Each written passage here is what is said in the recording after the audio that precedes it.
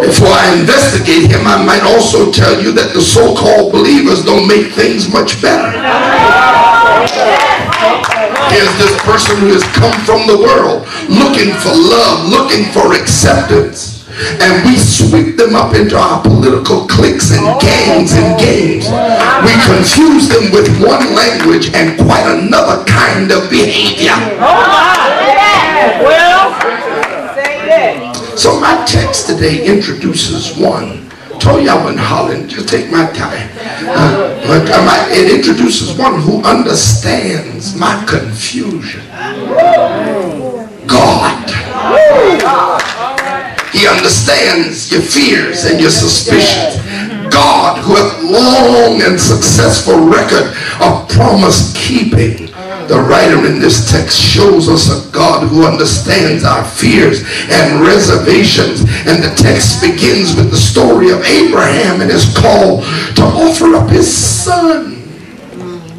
And within the discourse, God had to remind Abraham of his original promise even before Abraham and Sarah left Ur. When the time of testing arrived, Abraham was commanded to offer up Isaac. I don't find that there was an argument or discussion with the Almighty, but because God knows the heart that's weary, he made Abraham a promise and included all nations of the world who would come under the covenant. God said, I will bless you and multiply you. Then he did something that he instructed us not to do. He swore. I had to go and refresh myself on why he didn't want us swearing. And I stumbled upon Matthew chapter 5 and James 5.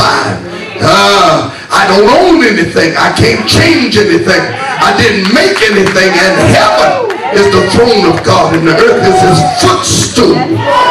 So I'm better off leaving the swearing to someone who has reason and right to do it.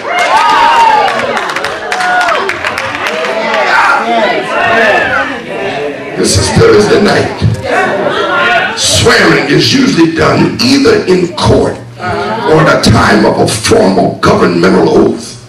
Those who want to make a believer out of you will often do it. One might swear on my mother's grave. Another will swear on my children. All of these are supposed as venerated things, and the swearer uses them to impress upon the hearer his sincerity. But when God condescended to swear in human language so that Abraham could comprehend the incomprehensible, he could not find anything or anyone greater or more sacred than himself to swear by. So after he searched the bosom of time and eternity and rediscovered that everything had been made by him, he used himself to impress Abraham and to convince us of his sincerity. He swore by himself. You see, he could afford to do that, you know. He's the full-breasted one. Y'all sit down and make it out like I'm doing something. Sit down. He's the full-breasted one. He's the El Shaddai. He's the great I am. He can swear and there's nobody to challenge him. Angels bow before him. Heaven and earth adore him. He made everything and everything and everybody, and he's without competition. He doesn't even have an assistant God anywhere. Now what did he swear? What did he swear? What did he swear? I'm getting happy over my investigation, and I want to tie in what he said.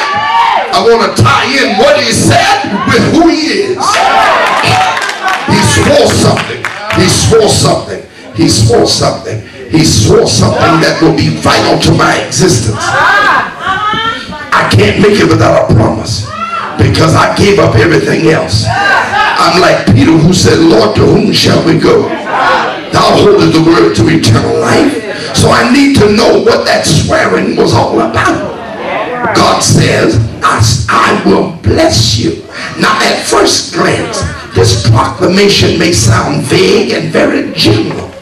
The other observation I must hurriedly make is the word will suggests that I have to wait a minute. Waiting is the hardest part of any promise. God help me. Waiting gives me time to wear out. Waiting gives me an opportunity to go back and observe my circumstances. Waiting will allow me time to receive visitors who come to the door of my mind. Satan is an artist at playing with your mind. He won't tell you that God is a liar. He knows better than that. He'll just ask you, why hasn't it happened yet? He'll ask you, what's taken God so long? He'll ask you, are you sure God told you that?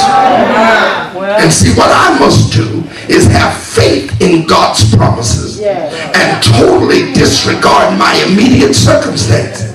Too often we make changes or a conversation without regard to the promise.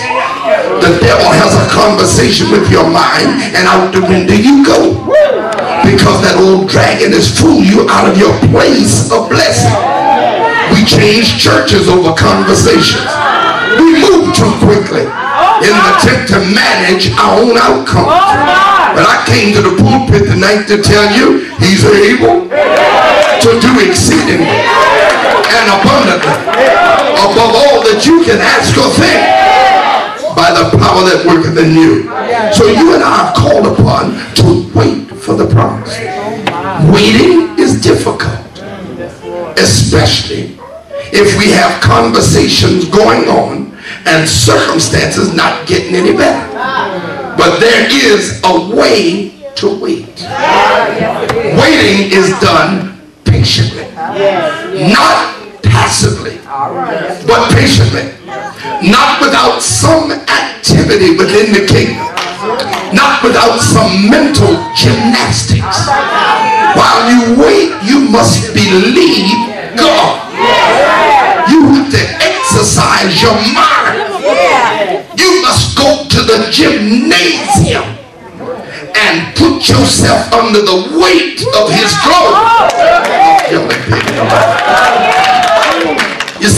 You see, while you wait, you believe God. I know that the ship is in the Euroclydon storm, but Paul said, I believe God. I know that they've thrown all the tea, the oats, and the barley overboard, and we may not have enough food to last through the night, but I believe God. Somebody ought to say that. I believe God. I know that I'm really a prisoner on this old ship called life, and that the mariners and the captains think they all have the answers for the times and the trends, but I believe God. I see the lightning flashing. I hear the thunder roar. I feel sin's breakers dashing, trying to conquer my soul. But I also heard the voice of Jesus telling me still to fight on. He promised, my God help me, in the good times and in the bad times. He promised when the rains beat upon your face and the chill of winter sits in the bone. He promised never to leave me, never to leave me alone. My son is still drunk, but he promised. My husband is still acting up, but he promised. My enemies won't leave me alone, but he promised. The lions are roaring, the dogs are barking, the snakes are hissing, the wolf is licking his lips as he growls at me in the dark midnight. But